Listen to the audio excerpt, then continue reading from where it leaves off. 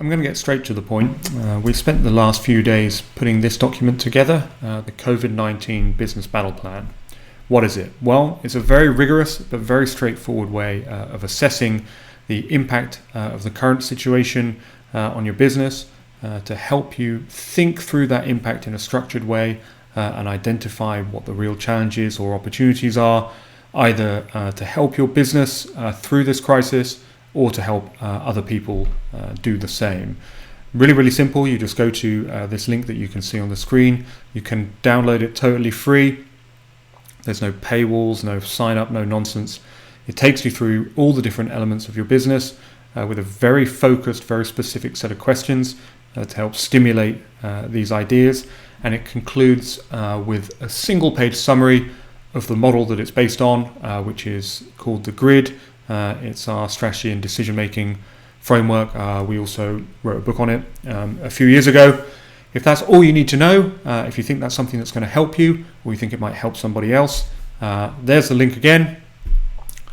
Thanks, good luck, wish you all the best, and stay safe. Now, if you've got a few more minutes, I'm going to go through explaining the grid model, what it is, and how it works, and why it is that we've put this document together and the worksheets together in the way that we have. So, what is the grid? Well, pretty simply, the grid is a model that shows all the factors that determine your business success on a single page, which allows you to see it as an interconnected whole and do very thorough but quick analysis on what your strengths and weaknesses are and how you might be able to improve it. It starts off with a really simple premise, and that is that there are three fundamental goals, if you like, that determine your business success. The first of those is desirability. If people don't want what you're selling, clearly that's kind of a fundamental problem. So you start with desirability. Then we've got profitability. If it costs us more to make than we can sell it for, eventually we're going to run out of money. So we've got desirability and profitability.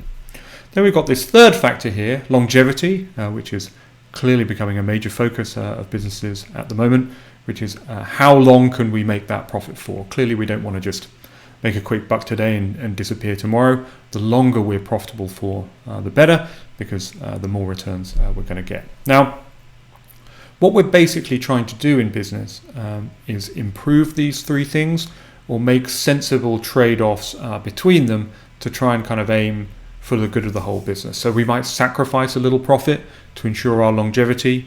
We might sacrifice a little bit of desirability to make a bit more profit, but we're trying to balance these three things and improve them.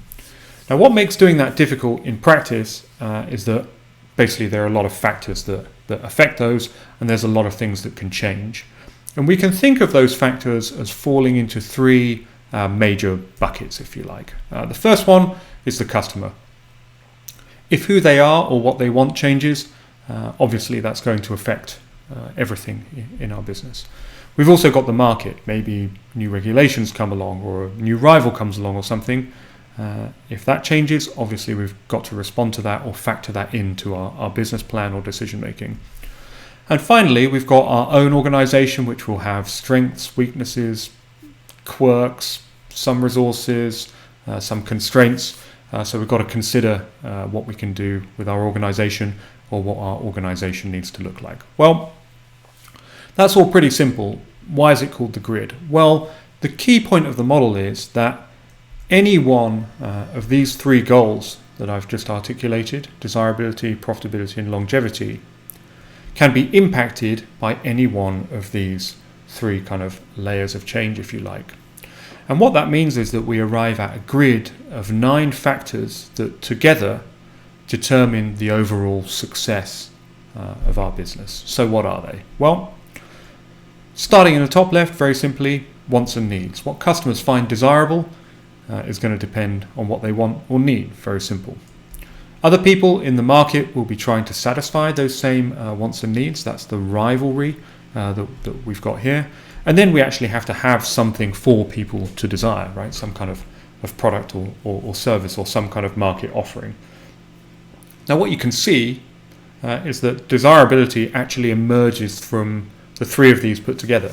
If wants and needs stay the same, if our offering stays the same, and our rivals do something stupid, get caught up in some kind of scandal, we can become more desirable without changing anything. Conversely, if once the needs change and we don't respond, we're going to see that desirability go down. So it's emergent, and that's a key point.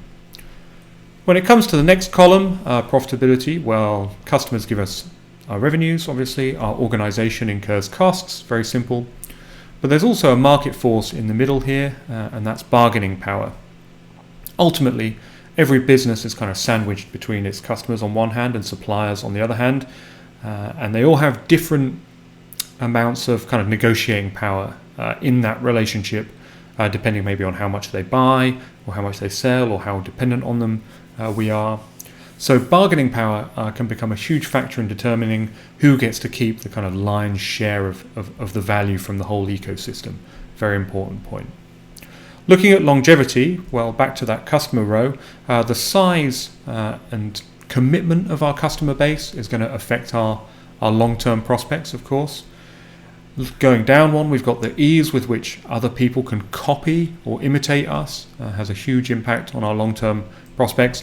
And finally, something that's become a major focus for businesses right now, we've got adaptability. Right? If one of these other factors changes, maybe wants and needs or rivalry or bargaining power, and we can't respond to that change, if we're not adaptable, then we're going to come into trouble. So here's some really simple conclusions that you can draw at this point immediately. First of all 9 of these boxes matter. We can't pick or choose which ones we pay attention to. That should be quite clear by now. But second, just as important, a change in any one of these boxes is going to cause a change to the others. So a really simple example. Let's say we think we can become more profitable by cutting some costs. We might do that, but we might end up doing it in a way that compromises the quality of our service or our offering. Customers might not take too well to that. They might get upset and they might start spending less money, in which case we've actually cost cut our way into a less profitable business, something that we've seen time after time over the last few decades. And that brings me on to a really powerful point. When it comes to assessing the impact of this virus or this global pandemic on your business, what you really need is a coordinated response that takes into account all of the elements of the grid, where you might miss something or you might make a decision that makes things worse. So how do we go about doing that in practice? Well, the first thing that we need to do as we go into pragmatics is introduce another level of detail into the grid to allow you to think about really specific things. The reason that this model took us so long to develop was trying to identify exactly what the key factors were within each of these boxes. And as we researched and tested it with people, we were able to refine it down to 3 key elements that relate to each of them. Now, if you're looking at this and going, wow, that suddenly got really complicated, where did all this stuff come from? Really, there's nothing to worry about here. It might look a little bit complex on first glance, but when you break it down, you'll realize that you probably know what 90% of these things already are. So if you think about revenues, for example, clearly they're determined by your revenue model. Is it a subscription? Is it pay as you go? Is it time and materials, whatever? How much do we charge? And how much do we sell and how often? Really simple. If you think about building your customer base, first people need to know you exist. They can't buy a product or service if they're not aware of it. We hope that acquisition leads, awareness leads to acquisition, new customers joining us, and then we hope that we'll find ways to keep those customers. So again, there's nothing really clever about the model in terms of the individual elements. It's just that it allows you to see them all simultaneously and consider them all in a structured way. So let's bring that to life a little bit by looking at a real-world scenario of how businesses have been impacted already by this global pandemic. Starting with a typical kind of local business like the ballet studio that my wife goes to or the bar that I like to go to from time to time. So what's happened is, very clearly the driver of this is that everyone needs to stay at home, and in fact that is kind of government mandated where we are in California anyway. So we've got this change in the regulations that says you have to stay at home for your own safety. Now if you're a physical business like a ballet studio, that means that customers literally can't buy because they can't come and visit your premises, or your business has been forced to shut its doors quite literally. And if we jump over to the customer base, you can see that's going to have a very profound impact on you there, because you can't acquire any new customers, and the customers that you've already got can't come and do business with you, which has a knock-on impact on your sales volumes straight away. You kind of can't sell anything, your sales go to zero. At the same time as that's happening, if we go down and look here in the cost box, you've still got fixed costs that you've got to pay. You've got to pay your rent, you've got to pay salaries for staff and that kind of thing, you've got to pay your bills. And what that's doing is eating into people's cash reserves. And if they've got a very short runway, some businesses already are kind of going under or going bankrupt. But you can see the profound point behind this, and the reason why we use this model, is that changes in one area always have a habit of affecting other parts of the grid. A problem in one area or a challenge in one area spreads across all the others. So when we respond to that challenge, our response has got to consider the grid as a whole as well. So why don't we look at what routes forward there might be for a local business that's in that situation. Well, the first thing that you've got to do is figure out a way to overcome or lower these adoption barriers.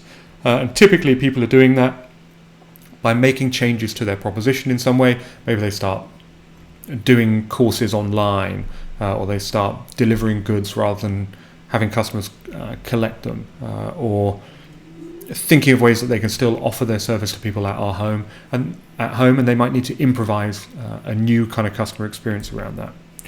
What they then need to do, and we've seen a lot of people bungle this, is tell people what they're doing, right? Explain to your customers what you're doing. Are you open? Are you shut? How you've responded, what this new offering is, in the hope that you can either acquire some new customers or get your current customers back in the game. And that should help you build some volume back into your business. At the same time, you can tackle these other problems. So you might start looking at ways that you can reduce that spending, maybe without compromising service quality or making life really difficult for your staff and that kind of thing. You might, for example, negotiate with some of your suppliers, see if you can get longer payment terms, or see if you can reduce your fees or bills or whatever it might be. And in fact, there's a lot of government help for people who are in this position, so you might explore what your options are with that.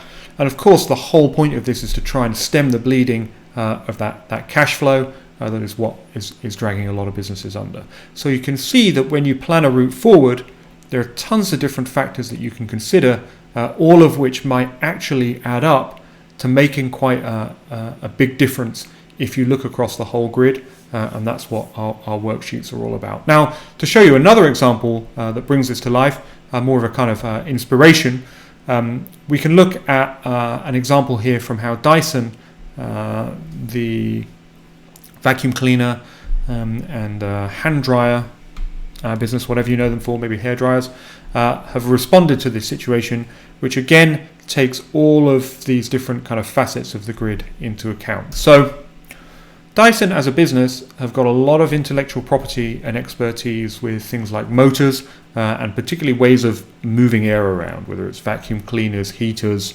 fans or whatever, and that's all intellectual property that's theirs, it belongs to them, it's protected by law. As a business, they've always been extremely good at staying ahead of the competition. By the time people have copied their vacuum cleaner, they're onto a hand dryer. By the time people have copied the hand dryer, they're onto a hair dryer. They're very, very nimble and very adaptable business, right? You can see this down here. They're not kind of bogged down in complexity and rigidity. This is a kind of risk-taking, very entrepreneurial and innovative business. So what this has meant is that when they've seen this massive demand for ventilators over here that are saving people's lives and realizing that they have this valuable IP that might allow them to help, and I think they got a call from the Prime Minister in the UK asking them for some assistance as well. They were rapidly able to design a new ventilator, this CoVent thing that it's called, able to design that in just 10 days. They've designed it in such a way that it can be manufactured very quickly at scale and quite simply. And they've been able to commit to an initial run of 15,000 of these units, quite a sizable volume, and they've agreed to donate 5,000 of those to international efforts, which I don't think is going to do their brand any harm. So the question is, moving on from these examples which show how the grid all fits together, how do I actually go about using the grid right now in my situation? Well, what you really need to do, and this is what the worksheets allow you to do in a very practical way, is work through each of the elements of the grid, asking yourself these kind of key questions that we put together, and using those to help you identify exactly what your major challenges or opportunities are. So to give you a couple of examples, if we look at something like barriers to doing business, we'd start by just asking ourselves, look, what is stopping people from doing business with us right now? Is it a financial constraint that they don't have any money or they can't afford to pay? Is it a physical constraint? They can't come into our shop or showroom or studio? Has there been some kind of disruption to our distribution or our supply chain or something? Or is it simply that we're basically facing a new set of competitors here? There are easier alternatives for people who are stuck at home to accomplish the same goal. So we'd work through these barriers and figure out ways to try and overcome them. If we now jump across to awareness, something that I've mentioned, some businesses have done really well and others not so well, we might start by asking ourselves, look, are we actually giving people helpful information at the right time to help them decide what to do, whether they want to buy from us, do business with us or not? We might ask, are we actually setting clear expectations with customers about how service might be impacted or what we're trying to do to sustain our business? Are we setting expectations with customers? And most importantly, are we actually providing answers to their most pressing questions? We've seen with some businesses, maybe some airlines or whatever, they're not actually really doing a very good job on this at all. So working through these questions might kind of get you in the mindset of thinking about what you need to communicate to people. Last example I'm going to give you, obviously the worksheets cover all of these things. Cash is becoming a huge issue for businesses at the moment. So we just need to face facts and ask ourselves, how much cash do we actually have, and how long is our runway? How long can that cash last at the moment? If liquidity is becoming a problem or going to be a problem, what options have we got available to us? Right? There are plenty of things to consider. Is there a government aid program for us? Can we sell part of our company to an investor? Can we take out a loan? Can we cut our costs? Might we start renegotiating with suppliers? You need to work through all of these different boxes, basically just asking yourselves these questions. Now, as I mentioned right at the beginning of the video, we've put all this together for you. It's pre-packaged. You don't need to come up with the questions yourselves. You only need to kind of think about what the answers might be. So in this document that you can download, we've structured this around the elements of the grid that I just went through, trying to restrict it to kind of 2, 3, sometimes maybe 4 key questions for each, to give you a very structured, very thorough way of identifying the things that you can do in response to this situation, either to help your business or to help other people to kind of put the skills and things that you already have as an individual or as a business to work. And as I mentioned before, it concludes with a summary of the model, the grid, if you need a little bit of help getting your head around what all the different terms mean and a reminder of how it works. So here's what you need to do then, just in summary, as we wrap up. Very simple. Download the free worksheet pack. As I mentioned, you don't need to mess around with signing up or anything like that. You can just press one button and it's yours. Look at each of the elements of the grid in turn, one by one. Identify what the biggest problem areas are. Ooh, there's a problem in the build there. That's what happens when you don't rehearse. Use the questions in that worksheet pack to help you formulate a response to the challenges that you might be facing. and then get to work on the most promising opportunities to help you turn the situation around, or just extend your runway, or whatever it is that you're trying to do. And of course, if you think this document or this pack might help anybody, please just share it with them. I mean, we sat down to do this thinking, if it helps one or two businesses stay afloat or stay open, it's worth it. If it helps 20 people keep their jobs, it's worth it. We think it can help a lot more people than that, but that's what we've been trying to do. So if you think anyone might benefit from this, by all means share it with them. And just to end, that's the link for you to download it again. It's methodical.io/battle-plan. Thank you so much. I hope it helps, and stay safe. Cheers.